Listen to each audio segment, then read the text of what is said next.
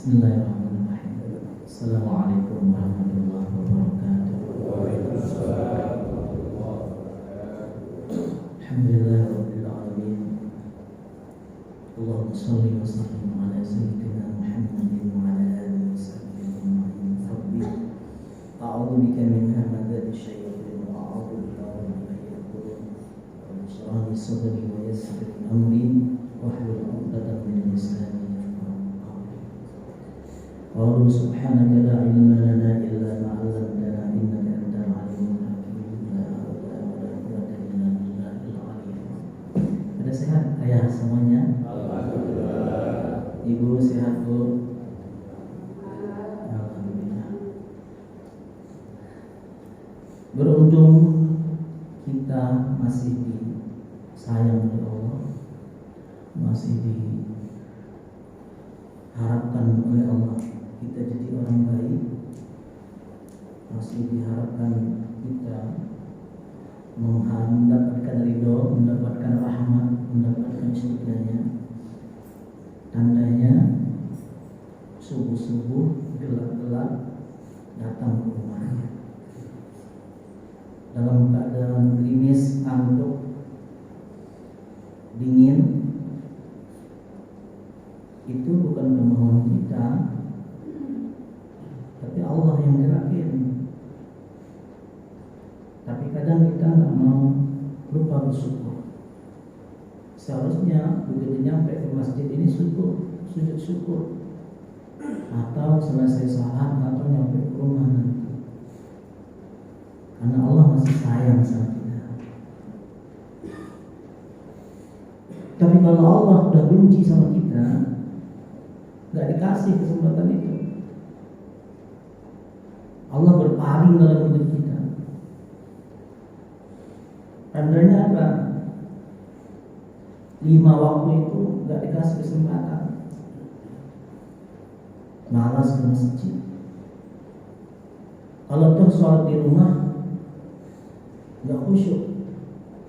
Lagi sholat bini lewat pakai utang, nggak khusyuk sholatnya. Lagi sholat pipi nyala,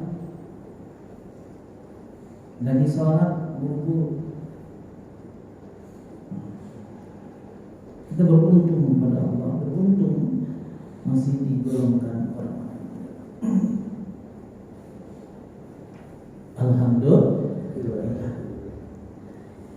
Jamaah dimuliakan oleh Allah Subhanahu wa taala. Hari ini kita akan membahas bagaimana membuka hati kita, merawat tubuh kita, memaksimalkan 29 atau 30 hari hadiah yang diberikan oleh Allah dalam kehidupan kita. Kalau kita manusia, ada manusia yang mulia, 25 rasul itu sama-sama rambutnya seperti kita, matanya sama. Nggak ada Nabi Adam itu punya hidung lubangnya ke atas, sama seperti kita, punya lubangnya ke bawah. Ada lagi manusia lebih mulia di antara 25 itu Rasulullah. Kenapa mulia? Karena memang beliau dipilih orang mulia.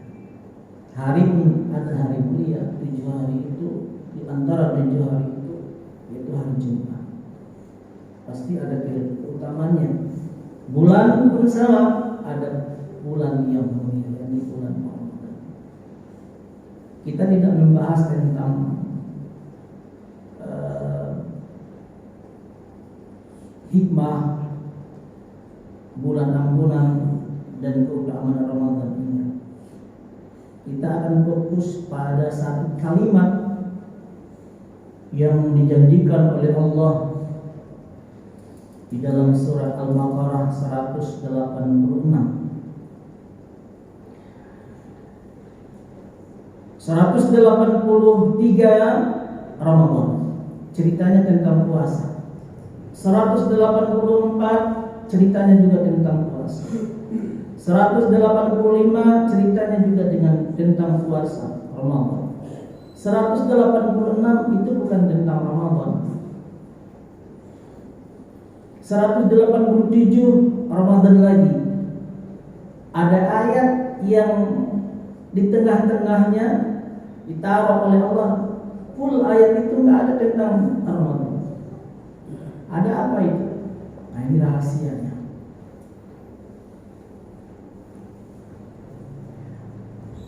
Ternyata Allah itu enggak nyuruh kita puasa semata-mata puasa saja.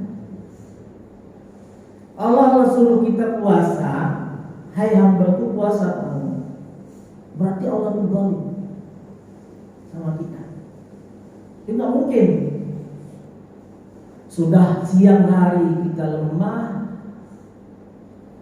nggak kuat, nggak tenaga, nahan makan, nahan minum, nahan semuanya. Malam disuruh sholat banyak, baca Quran. Bukan itu. Ada rahasia yang terselubung, baik ketika kita berpuasa maupun malamnya kita tarawih. Di situ kadang kita lalai. Apa itu kata Allah? Wa idza sa'alaka 'ibadi 'anni fa inni qarib ujibu da'watad da'i idza da'a. Falyastajibu li wal yu'minu bi la'allahum yarshudun. Kayak tadi itu, kalau Allah suruh kita puasa saja, kalau Allah kita suruh ibadah saja, itu tandanya enggak bijaksana. Mana ayatnya? Faman kana minkum maridun, kalau sakit boleh enggak puasa. Kalau lagi berjalan jauh boleh enggak puasa. Artinya puasa itu wajib tapi ringan. Kalau memang lagi nggak mampu, nggak apa-apa nggak puasa. Tapi setelahnya itu diganti dan fidyah. Apa kata Allah tadi? Wa idza sa'alaka 'ibadi anni fa inni qarib. Hei Muhammad, kalau hambaku bertanya tentang aku, katakan aku itu dekat. Qarib, dekat. Makanya di dalam hadis qudsi itu kata Allah, as-shaim wa ana ajzibi. Orang yang berpuasa itu aku yang balas. Qarib, lebih dekat aku daripada urat nadinya. Dengan tubuhnya, dengan jasadnya, lebih dekat aku daripada urat lehernya. Karena urat leher kita nyambung ini antara kepala sama badan. Gimana dekatnya udah nempel. Tapi kata Allah, aku lebih dekat lagi. Ujibu, aku jawab, aku beri. Aku jawab, aku beri, aku ijabah, aku sampaikan, aku terima. Itu mana ujibu. Aku jawab, aku sampaikan, aku terima, aku beri, aku kasih. Ujibu dakwah, apa yang ada dalam hatinya, apa yang ada terlintas di pikirannya, apa yang ada dalam keinginannya. Ini artinya kata Allah itu, hei hambaku yang sedang berpuasa, hei hambaku yang sedang sholat malam 23 ataupun yang 11, aku itu dekat. Sampaikan, cerita. Apa yang kita cerita? Keadaan kita, keinginan kita, permasalahan kita? Apa permasalahan kita itu? Masalah dunia. Kalau masalah akhirat itu nggak perlu lagi kita ngomongin, udah dikasih sama Allah. Kalau masalah akhirat nanti itu urusan nanti. Tapi ada wahai hambaku, ketika kamu puasa itu masalah hari ini, masalah bulan depan, masalah tahun ini, ceritakan kepadaku. Persyaratannya idza da'an, kalau mau cerita. Ini ikhtiar. Idza da'an itu ikhtiarnya. Tapi kitanya nggak mau ikhtiar, nggak mau cerita. Contoh, lemah banget puasanya. Kalau kita lagi puasa tuh, yang kepikir pasti gimana nanti buka puasa. Nih buka puasanya kok apa nih? Cuma itu aja yang dipikir. Atau kalau lagi lemah, bawaannya pengen tidur. Kayak orang mau mati ya. Dari seharian tidur aja bawaannya. Padahal tidak. Abang yang lagi lemah, coba dong cerita. Masalah anakmu, masalah penyakitmu, masalah ekonomimu, masalah apapun, cerita. Karena kita itu lupa. Apalagi malam sholat tarawih, ya. Kadang-kadang kita kan macam-macam sholat tarawih. Amin. Bismillahirrahmanirrahim. Allah subhanahu wa ta'ala. Assalamualaikum warahmatullahi wabarakatuh. Ada yang seperti itu. Udah 20, udah setengah jam kita lagi salat itu, yang kalian apa? Jam. Udah jam 8 ini. Kelamaan. Ada nggak di sini begitu? Ada nggak di sini begitu? Lagi sholat tarawih yang dilihat jam. Ada nggak di sini? Ada nggak? Nggak ada ya? Nah, hebat. Kalau nggak ada, alhamdulillah hebat. Alhamdulillah ya. Gitu. Ya nggak apa-apa lihat jam, kelamaan. Pada saat itu kita lagi itu. Makanya kenapa antara salat itu ada salamin doa? Idadaan. Idadaan ini ikhtiar. Ikhtiar yang pertama, doa di sini kalau mau kita berdoa, doa itu adalah salat itu sendiri. As-salatu wa doa. Salat itu sendiri adalah doa. Jadi salat itu kalau doa santai, banyakin. Ini kata Allah itu. Kenapa? Kalau doa kita itu ujibu, aku terima. Idza ja'a Ramadan, dalam satu hadis yang diriwayatkan oleh Abu Hurairah, bila masuk Ramadan, futihat abwabul jannah, pintu surga dibuka. Masalah surga itu lama. Kalau surga itu nanti dah, mati dulu. Tapi sebelum masuk surga yang benar itu ada surga dunia. Ada surga dunia tentu kesenangan, kebahagiaan, kesehatan, kelapangan, kemuliaan, derajat yang tinggi itu. Ofutiyat abwa benar, pintu neraka ditutup. Kalau ada orang mati di dalam bulan Ramadan nggak masuk neraka, pasti masuk surga.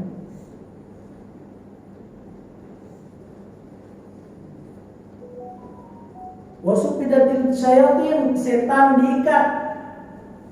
Nggak ada setan berkeliaran selama Ramadan. Pulang dari masjid hilang sandal. Hilang sandal, itu siapa yang bawa? Bukan setan yang bawa, orangnya jadi setan. Karena di dalam tubuh manusia itu ada 4. Satu sifat hayawan antara perut dan di bawah perut. Yang kedua sifat subuhiyah, amarah. Yang ketiga sifat syaitan, iri dengki. Yang keempat sifat rububiyah, sifat ingin disanjung, dipuji. Kalau juga salah melakukan maksiat di dalam bulan Ramadan, itu nggak ada, bukan setan, itu bukan merupakan setan, karena memang tubuhnya itu dikuasai oleh hawa nafsunya sendiri. Puasa kok marah, nah berarti bukan setan itu. Puasa kok dengki, itu bukan setan, memang sifatnya sifat dengki. Puasa kok puasa kok nggak sholat, bukan karena setan, itu karena memang sifatnya. Kalau memang sifatnya itu yang menguasai tubuh seseorang itu, nah itu tandanya tadi itu Allah itu tidak mau melihat dia. Idadaan, apabila mau hamba itu berdoa, kata Allah, aku terima. Maka syarat pertamanya itu sholat. Contoh, selama Ramadan upayakan jangan pernah sholat subuh, jangan pernah putus sholat berjamaah, terutama subuh. Yang putus itu. Kalau kamu mau cepat, ini saya itu selalu kasih tahu ke jamaah tentang ini. Kan tadi kata Allah, ujibu, aku terima. Aku terima apa? Ujibu dakwah, permintaanmu. Permintaan kita ini Pak banyak. Coba dah duduk, ambil pensil, duduk, ambil buku, tulis itu. Enggak 3, enggak 5, enggak 10, bahkan lebih, bisa 40 macam. Kan tak mungkin kita sebut itu. Tapi ketika kita menulis, kita catat, kita ceritakan itu kepada Allah, ada 40 macam umpama. Kita baca itu, jadikan buku bacaan kita. Tinggalkan TV, tinggalkan ngobrol nggak bermanfaat, tinggalkan HP. Baca catatan kita tadi itu menjadi Al-Quran. Ceritakan semuanya. Ya Allah, anak pertama pengen kuliah ini. Ya Allah, tanah sebelah rumah itu bisa dibebasin. Ya Allah, bisa berangkat haji lagi, bisa berangkat umroh lagi. Ya Allah, ditulis, dicantikan catatan. Saya juga diajarkan oleh guru saya itu, dicatat permintaan kita itu. Jadikan buku catatan, jadikan bacaan. Kan kata Allah, ujibu, aku terima. Dan permohonanmu, kalau mau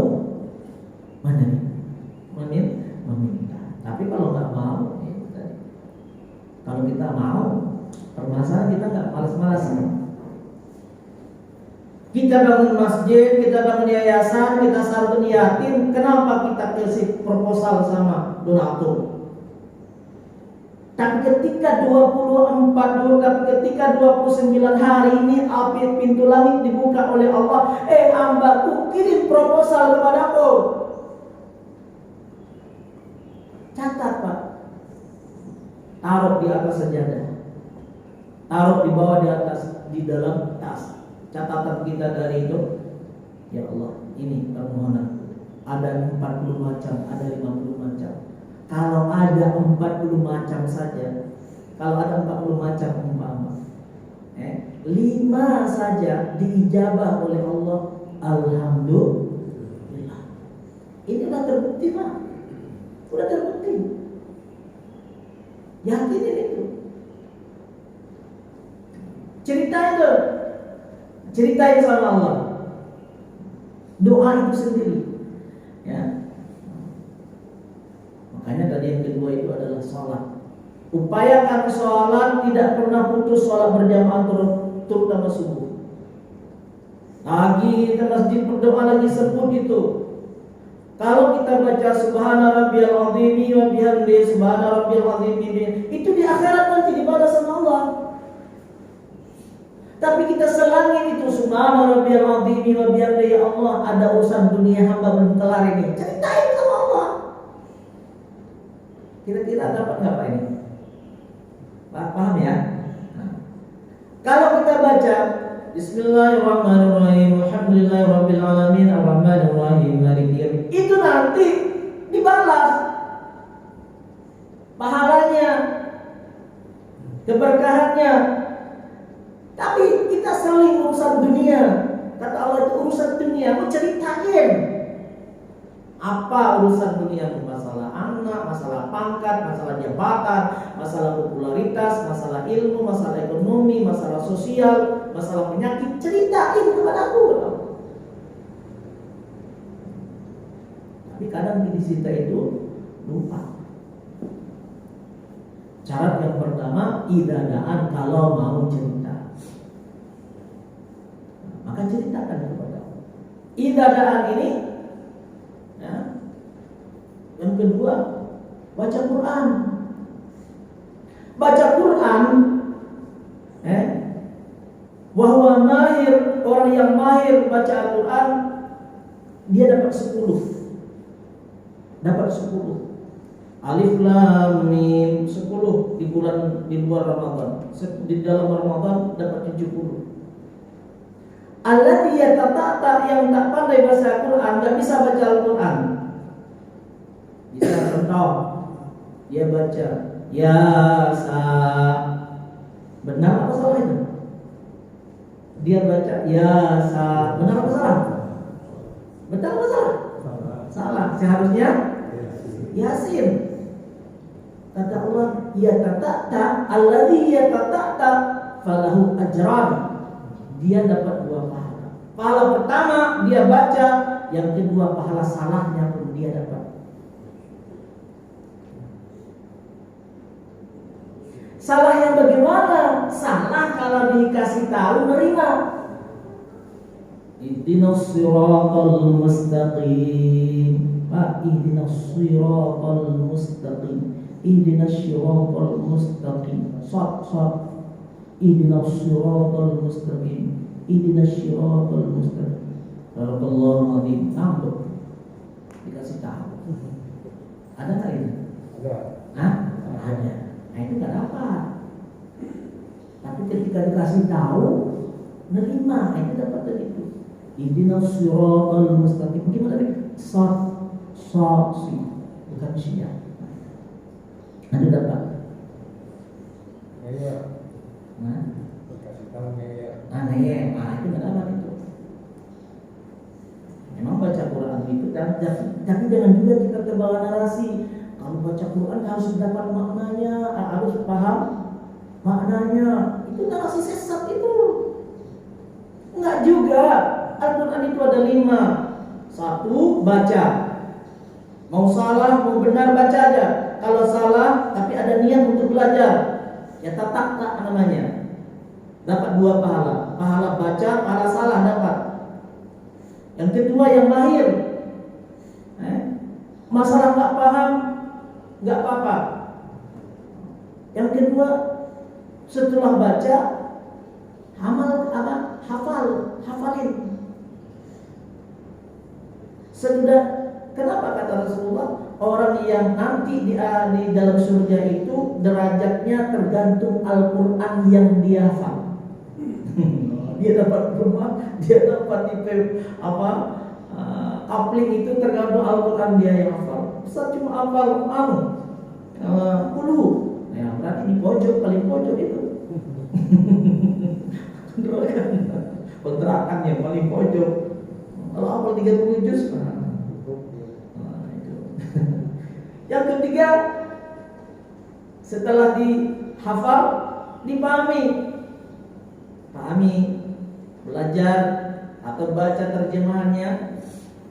Yang keempat, amalkan, sudah paham, amalkan. Yang kelima, dakwahkan. Itu baca Al-Quran itu. Kalau ada narasi baca Quran itu harus paham, kalau nggak baca Quran itu narasi sesat. Enggak.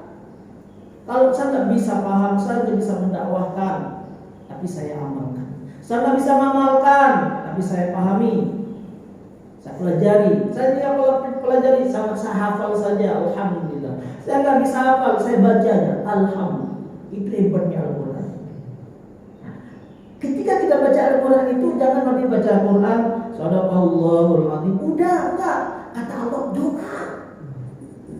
Abi baca Quran itu berdoa. Jadi kan tadi kita baca Quran nih, baca Al-Quran, dialog sama Allah. Doa, ceritain ya Allah, penyakit ini asam urat 3 tahun gak sembuh ya Allah. Pasti Pak. Ya Allah, Sadaqallahul Azim. Itu tanah di samping rumah 200 meter pengen dibebasin ya Allah. Kan kata kita harus ikhtiar kan. Kita dapat duit itu harus ikhtiar kan. Kata Allah, ikhtiarnya itu doa itu. Kan harus bekerja. Ya, harus bekerja. Tapi ikhtiar di sini adalah doa itu sendiri. Boleh aja nanti. Assalamualaikum, Ustaz Budi, di mana? Oh iya, Ustaz Budi, saya dulu pernah minjam uang 5 tahun yang lalu ini, saya transfer ya. Nah, bisa kan itu. Ya, izadah, baca Quran, doa itu sendiri. Yang kedua persyaratannya, falyastajibu li, ikuti perintah Allah. Perintah Allah itu apa? Kalau lagi puasa, fala yarkus, jangan mudah marah, jangan mudah tersinggung, jangan putus silaturahim. Makanya kata Rasulullah, 3 orang yang tidak diterima puasanya, zakatnya, salat malamnya, 1 orang yang masih bermasalah dengan orang tuanya, tidak terima puasanya.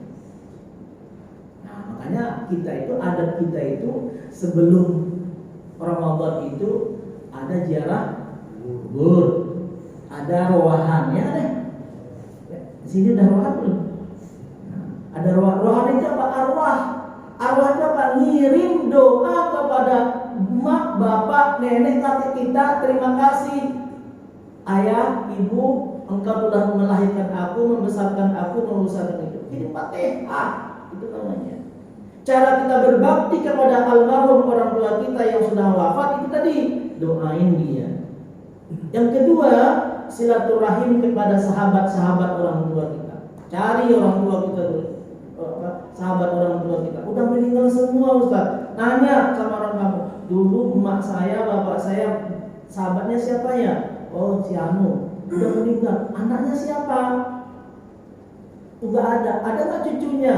Oh ada. Datangin, bawa jeruk 1 kilo, silaturahim. Karena orang tua kita dulu itu juga silaturahim. Orang sampai pahalanya kepada orang tua. Cara berbakti pada orang tua yang sudah meninggal. Seorang imam di Mesir mengatakan, kita kalau habis sholat itu 5 waktu, Allahumma firli wa liwalidayya warhamhuma kama rabbayani shaghira, kan gitu ya. Nah, gitu. 5 kali kita sehari membaca doa itu belum berbakti sama orang tua. Belum. Coba kalau sama sekali nggak berdoa sama orang tua, durhaka kita sama orang tua. Yang membesarkan, yang melahirkan.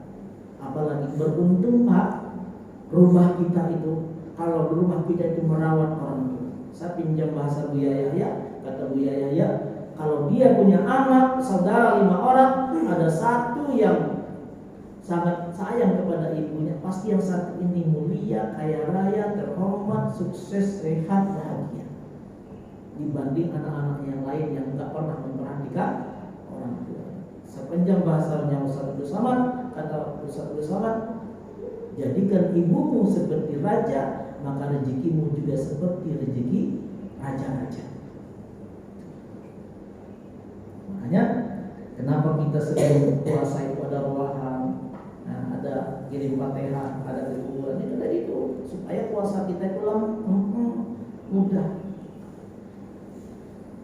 Falyastajibu li, ikuti perintah Allah. Wala yajhar, jangan bertindak bodoh. Tindak bodoh ini apa? Ya, putus silaturahim. Putus silaturahim. Yang ketiga kata Allah Subhanahu wa taala, wal yu'minu bi, yakini permintaan itu. Minta, lakukan perintah Allah, wal yu'minu bi, yakin. Yakin itu jangan banyak komen. Kira-kira diterima enggak ya? Malah yang tahun kemarin aja kagak diterima, masa saya nambah lagi doanya. Ayo komen namanya. Yakin. Yakin ini bersih. Hati itu bersihin. Salah satu bersih itu apa? Kata Pak RW, hari ini kita bersih-bersih. Itu kan ya? Mau menyambut bulan Ramadan. Kita bersih-bersih lingkungan. Bukan hanya lingkungan Pak, rumah kita juga harus dibersihkan dari aura negatif. Apa aura negatif di rumah itu? Jangan ada di ruang tamu yaitu barang-barang yang nggak perlu. Kamar mandinya jangan lihat ke kanan, kolor laki. Lihat ke kiri, kutang bini. Ada kali. Lihat ke bawah, kotak sabun udah nggak ada isinya, masih ada disimpan nih. Di pojoknya ada bahan baju kotor, itu aura negatif. Nggak datang, nggak masuk malaikat dari situ itu. Terus kalau lagi apa namanya itu bayar rapikin tempat tidur kan pakai tangan kan ya. Saya tanya sama Bapak. Kalau baikin rapiin tempat tidur pakai apa Bu? Pakai tangan. Itu kan Bu? Bu? Ya. Tapi kalau ibu baikin sajadah pakai apa? Hah? Kaki kan? Kurang ajar. Betul nggak ya? Kalau baikin sajadah? Kaki. Ada nggak di sini begitu? Ada. Mana orangnya? Gimana kita aman sama Allah itu? Itu mendatang aura negatif. Terus bersih-bersih, bersihkan badan kita itu. Kalau kita pakai baju cuma beli baju cuma pas mau lebaran saja, ya beli baju pas lebaran. Kenapa nggak berpikir mau puasa beli baju? Buat taraweh, pakai baju yang paling mahal kalau ketika sholat malamnya. Kadang kita bapak laki-laki pakai sajadah satu-satunya, itu pun hadiah 40 hari. Benar kan? Bahaya. Kenapa gak dibeli sih? Punya tasbih itu pun satu-satunya, hadiah umroh. Tenang, benar nggak? Kenapa gak dibeli? Baju koko, sholat duhur itu, sholat maghrib itu, 3 minggu itu aja. Pulang dari sholat gantung di belakang pintu, gantung di lemari, 3 minggu udah dicuci-cuci. Sarung pun begitu. Peci pun sama gitu. Yang anehnya kalau lagi keluar sama bini, pakai celana jeans, baju kaos, ketika sujud rukuk kelihatan lubang buaya kan? Dalam masjid tanya sama pengurus masjid, ada sarung nggak? Celana saya kena najis. Kenapa nggak disiapin di motornya? Kenapa nggak dibawa dari rumah itu sarung? Emak-emak juga begitu. Kalau lagi salat, lagi jalan sama bini, sama laki, makan malam atau apa itu, pas kalau giliran salat, masjid dicari. Ada mukena nggak? Ada dia. Cukup-cukup masjidnya menyediakan mukena. Kenapa kita tidak siapkan itu? Tapi kalau ketika lagi kondangan, laki, bini, anak 3 orang, mertua itu bajunya seragam semua. Ada nggak di situ gitu Pak? Nah itu kita sama nggak pernah berdoa. Itu bersih-bersih Ramadan itu maknanya terhib Ramadan, membersihkan Ramadan seperti itu Pak. Di rumah jangan ada sarang laba-laba. Imam Zarnuji di dalam kitab Ta'lim Ta'alimnya, rumah yang kotor nggak masuk malaikat rezeki, sarang laba-laba. Jangan duduk di depan pintu. Jangan duduk juga di tangga. Motor, mobil 2 hari diparkir di situ, nggak dicuci-cuci.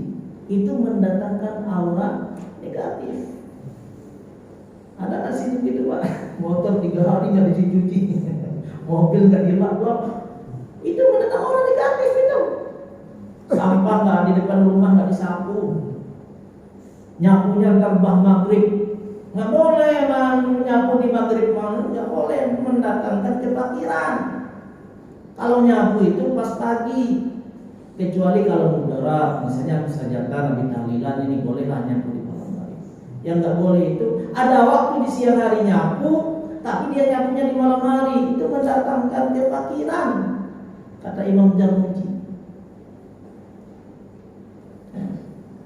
Apalagi kebiasaan habis sholat subuh tidur, habis sholat maghrib, habis sholat asar tidur, habis sholat maghrib tidur, itu nggak boleh. Hal-hal yang seperti itu dihindari.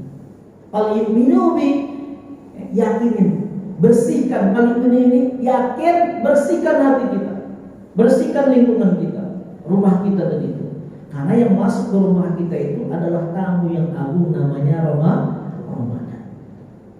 20 kata Menteri Agama, besok kita sudah mulai 1 Syawal, 1 Ramadan. Itu Pak, bukan menit tapi detiknya itu sudah dibuka pintu langit 24 jam, itu tasbih semua. Kebaikan semuanya. Coba dah auranya bulan Ramadan itu membedakannya di dalam dengan bulan yang lain. Itu pintu langit sedang dibuka. Lakukan kebaikan-kebaikan. Ya. Paling minum yakin kepada Allah. Adik-adik jangan komen. Jangan komen, jangan banyak mengeluh. Jangan banyak, karena kalau kita mengeluh itu apa? Sesuai dengan walaupun bercanda. Contoh begini, ngomong bercandanya, ntar perginya ke sono naik mobil apa? Mobil Mercy ya? Enggak, paling juga ada odong. Kan lucu ya? Itu menggambarkan dirinya, ya, menggambarkan dirinya, nggak boleh itu. Coba dah lihat penyanyi-penyanyi yang dulu sedih-sedih, kehidupannya sekarang juga sedih-sedih. Siti Nurhaliza itu nyanyinya dari dulu saya hafal semuanya Pak. Ya, tapi alhamdulillah takdirnya bagus, nggak ada sakit nyanyi Siti Nurhaliza itu yang sedih-sedih, yang janda, yang apa, aku jadi janda, aku jadi miskin, aku sakit gigi, nggak ada. Orangnya kuliah terus sampai sekarang. Ya kan ya? Apalagi orang negatif di dalam rumah kita itu. Jangan menggunakan kaset ya, lap kaki itu, baju bekas, apalagi yang ada gambar calegnya, ya kan ya? Nah, buat cuci mobil, buat ngelap mobil, buat keset ngelap ngepel, pakai baju bekas, pakai sarung bekas. Kata Imam Zarnuji itu mendatangkan kematian. Sikat gigi, bekas sikat gigi, nanti bekasnya itu kan buat apa? Buat motor kan ya, atau mobil kan ya. Itu nggak boleh. Ma, bu,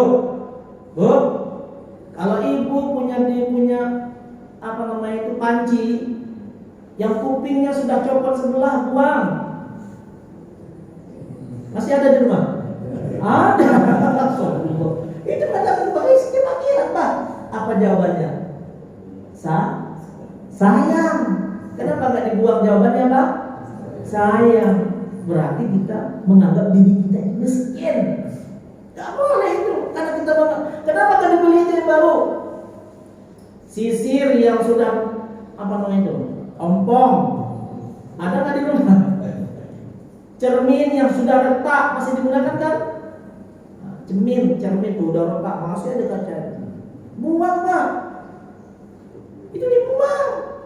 Itu menandakan kefakiran itu. Kata Imam Zarruji. Apa lagi? Nah tadi itu panci yang buat dalam kupingnya udah penyok. Kecuali kalau udah dibaikin rapi lagi boleh dah. Buat makan ayam, Pak. Hah? Buat makan ayam. Buat makan ayam. Kenapa nggak dibeli yang baru aja makan ayam? Buang baju, ya. Nanti buka lemari itu kira-kira udah nggak kepake nih, dikeluarin, kasih sama orang atau di mana dah. Tapi jangan jual juga, Pak. Menjual barang bekas itu juga mendatangkan kefakiran. Membeli sisa roti atau menjual sisa roti, kan roti itu kayak roti apa? Roti tawar itu kan ada kulitnya itu. Dibeli itu kulitnya itu buat sarapan, buat apa? Itu tanda apa mendatangkan kefakiran. Kata Imam Zarruji. Ya. Membakar kulit bawang merah itu juga nggak boleh mendatangkan kefakiran. Nah, hal-hal yang di situ itu di rumah kita itu bersihkan, itu maknanya apa namanya itu? Bersih-bersih di rumah kita itu. Jangan ada aura-aura seperti itu. Ya. Udah jam 6 nih.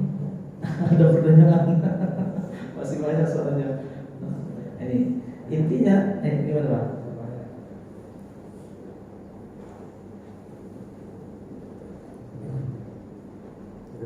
Udah nyala. Assalamualaikum warahmatullahi wabarakatuh. Waalaikumsalam warahmatullahi wabarakatuh. Ini tadi Pak Ustadz membahas masalah doa untuk orang tua. Kita kan kirim Al-Fatihah aja kelihatannya kurang puas. Tapi kalau kita berdoa, oh maghfirli li walidayya warhamhuma kama rabbayani shaghira. Oh ma'adkhilhumul jannata wa idkhilhum jannata qabri wa dafinar. Baru kita Al-Fatihah. Itu kelihatannya bagaimana, Pak? Bagus lagi. Dari ma'adkhilhumul jannata. Nah, ya. Wa idkhilhum jannata qabri wa dafinar. Al-Fatihah. Nah, bagus. Bagus, Pak ya. Bagus. Karena yang kita doa nih, kita mendoakan orang tua itu satu, Allahumma rzuqni barakatan fi umuriha, berkahi umurnya. Kalau meninggal kan ya, lapangkan kuburnya, jauhkan dari azab kubur, masukkan ke dalam surga, kumpulkan kami kembali dengan orang tua kami yang sudah meninggal. Nah, tadi yang Bapak baca itu tadi, ya. Bukan hanya ampunin dosa kalau masih hidup ataupun sudah meninggal. Kalau masih hidup, ya, Allah marduk li ummi barakatan fi umri wa nuran fi qalbiha, melapangkan hati, wa dhi'an fi wajhiha, nah, cerahkan wajahnya, wasi'atan fi rizqiha, lapangkan rezekinya, wa arid anha kullasul wa gharib, jauhkan orang tua saya, orang tua kami dari penyakit dan musibah. Jadi bukan hanya Allahumma firli wa liwalidayya warhamhuma kama rabbayani, ampunin dosa, enggak. Banyakin doa sama orang tua. Ketika kita mendoakan sama orang tua itu pasti gampang dah. Rezeki gampang, badan sehat, hati pun lapang, usaha lancar, derajat tinggi, dimuliakan orang. Karena kunci kita itu setelah kita beribadah langsung kepada orang tua. Nah, Makanya kata Nabi tadi itu, puasamu tidak diterima kalau hubungan sama orang tuanya masih belum beres. Orang tua itu 3, yang melahirkan, yang kedua mertua, yang ketiga guru. Kan kalau boleh mertua itu jangan juga dibilang mertua. Ayah juga disebut, ibu juga disebut. Kan kita kadang membeda-bedakan, ini kan ibu anak, ibu istri saya. Bukan, karena kita sudah ngambil anaknya, disekolahkan,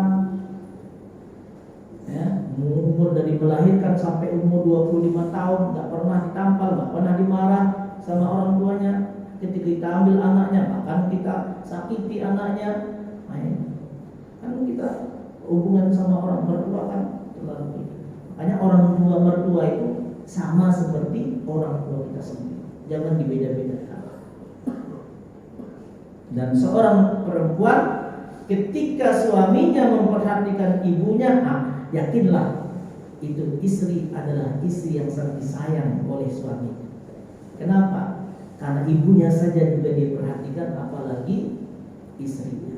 Tapi ketika suami nggak pernah memperhatikan ibunya, boleh dikhawatirkan cintanya kepada seorang istri. Boleh jadi cinta suami kepada istri itu adalah cinta bohong. Di mana dia mencintai saya, ibunya aja dia nggak pernah cintai. Ya, ada lagi? Ya, jadi gitu Pak. Ketika Ramadan ini masuk, puasa ini bulan masuk, bukan hanya kita disuruh sholat, bukan hanya kita disuruh berpuasa, lapar-lapar, haus-haus, lemah-lemah, loyo-loyo, bukan. Tapi ada rahasia kita merubah nasib. Ada rahasia kita merubah takdir. Ada rahasia kita ingin sampaikan hajat kita. Maka kesempatan 29 hari ini lakukan itu Pak. Apapun yakini dengan catatan mau ikhtiar. Ikhtiarnya apa?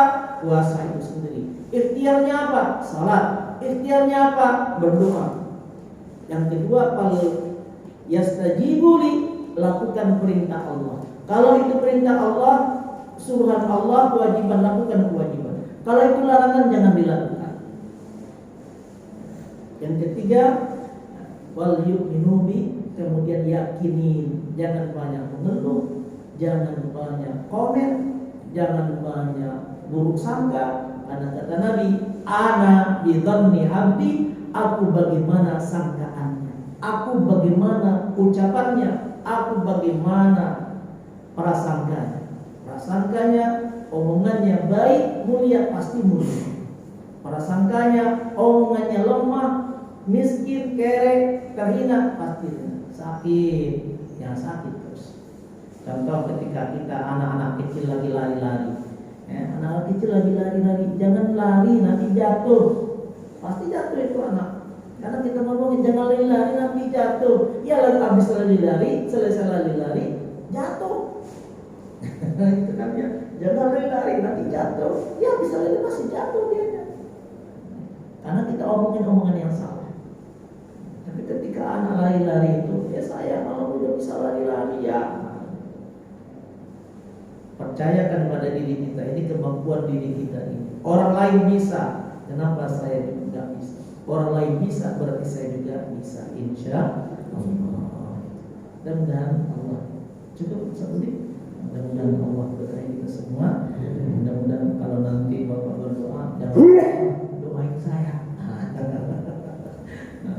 Waktu Budi tulis itu kan ya nomor 9-nya Ustaz Maher doain aku.